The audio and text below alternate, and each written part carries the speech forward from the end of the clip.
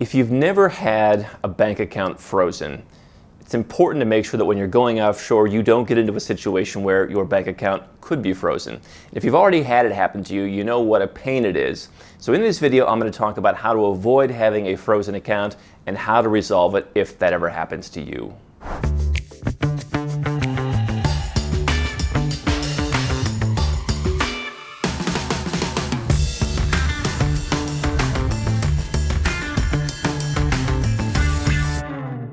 Hi, I'm Henderson. Let me take you back to 2016. This was a big year for de-risking, and I think that it was a year for what is called de-risking the banking industry, which is where they get rid of accounts they don't want. They get rid of accounts from companies and people they don't understand. It was really the beginning of a trend that has gotten bigger and bigger. It's always been there, but I've seen it affect a lot more people. And so what happened to me in 2016 was I was wrapping up with HSBC in Hong Kong, and just as I was trying to wrap up, they said, oh,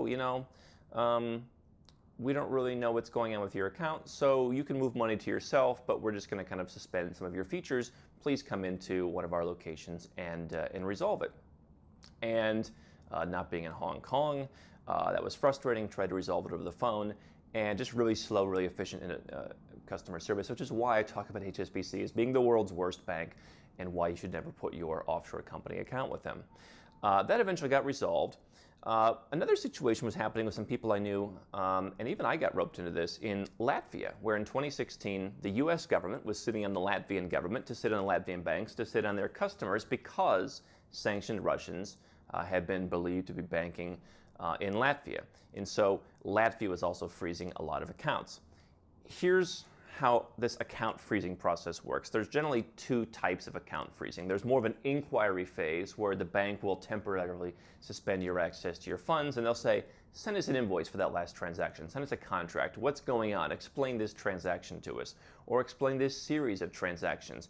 You might think it has to be a big transaction, but I knew a guy who was getting asked by the Latvian banks for every $20 coming in, basically. He was a small volume seller, and they were asking just random transactions.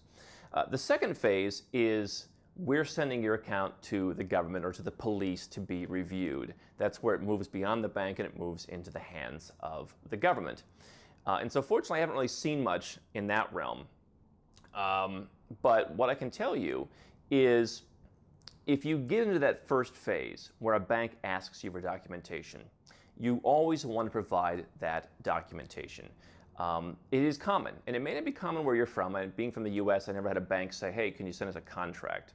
But it is common overseas. Hey, can you tell us what this transaction is? That's one of the parts of going offshore is, in the United States or in Australia, wherever you're from, you have a local account, local company. They have a lot of powers with the police. They have a lot of powers just to come and arrest you if something's wrong. Whereas when you're offshore, they don't have as many powers, and so they want to make sure they're protected. They might say, send us a contract.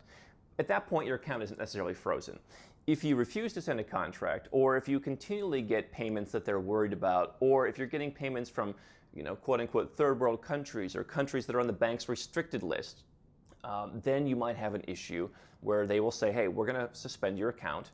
Sometimes it can be, hey, you can keep getting money, but you can't send money out. Sometimes everything will be shut down, and you're going to have to explain whatever it is to their satisfaction. Hey, why are you getting these payments from Ethiopia? That's a challenge that you're going to have more of a challenge if you're in business taking payments from higher risk countries than if you're just taking payments from people in the United States or from Canada, okay? And so this is all stuff that you should be discussing with the bank when you open your account. I think that transparency when opening the account goes a long way to avoid some of this stuff with a good bank. But if the bank suspends your account, on their level, that's what they're going to want to know. They're going to want to be satisfied what's going on. If they're not satisfied, and by the way, sometimes it's through no fault of your own. Sometimes it's just the bank doesn't get it, right? Sometimes people don't get it. Then they're going to say, well, we're going to turn this over to the police or to the prosecutor. Does that mean they're coming to arrest you? No. It means that they're going to have the government take a look at it and say, hey, we've frozen this account. It's now in the hands of the prosecutor, whomever, and they're going to decide, has anything gone wrong? Now, again, doesn't mean that you're going to be, thrown in jail, but what could happen is there could be a 3 to 6 month period where your account is frozen, particularly if it gets to that second phase with the government, who is known for its ability to move quickly and efficiently.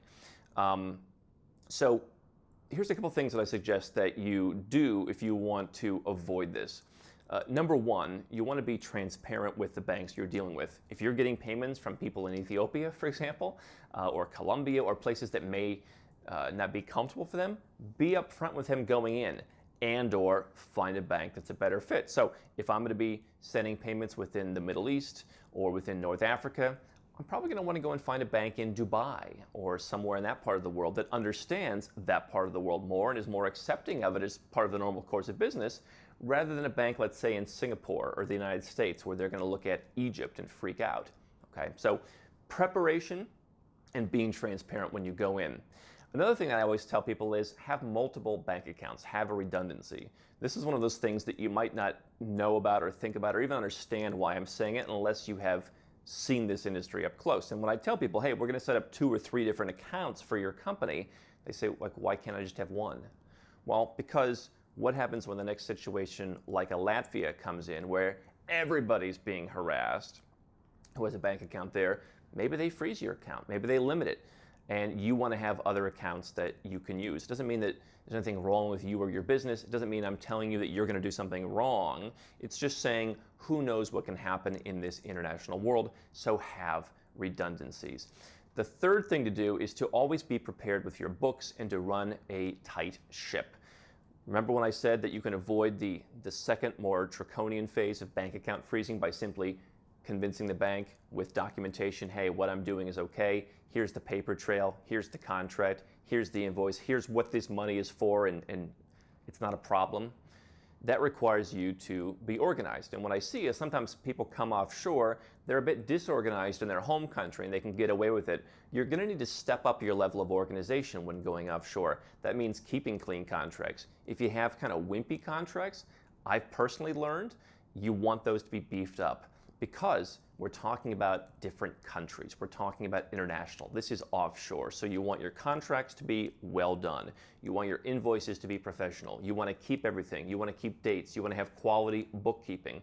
Whether you need it for the offshore company itself or not, you're going to need it to justify your existence to banks, who are going to be much more difficult to deal with than the offshore company registrar.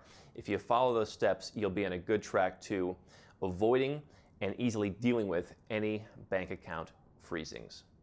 Hi, I'm Andrew Henderson from Nomad Capitalist. I wrote this book, which you can find on Amazon, to distill a lot of the stuff we talk about in these videos and a lot of the stuff I've learned over the last decade plus traveling all around the world, teaching you about how to legally reduce your taxes, build your personal freedom, and create wealth faster. Definitely get a copy of this book if you want to learn more. Now, if you want to watch more videos, make sure you subscribe to our channel and make sure you click the notifications bell so you never miss one of our new videos with more tips on how to go where you're treated best.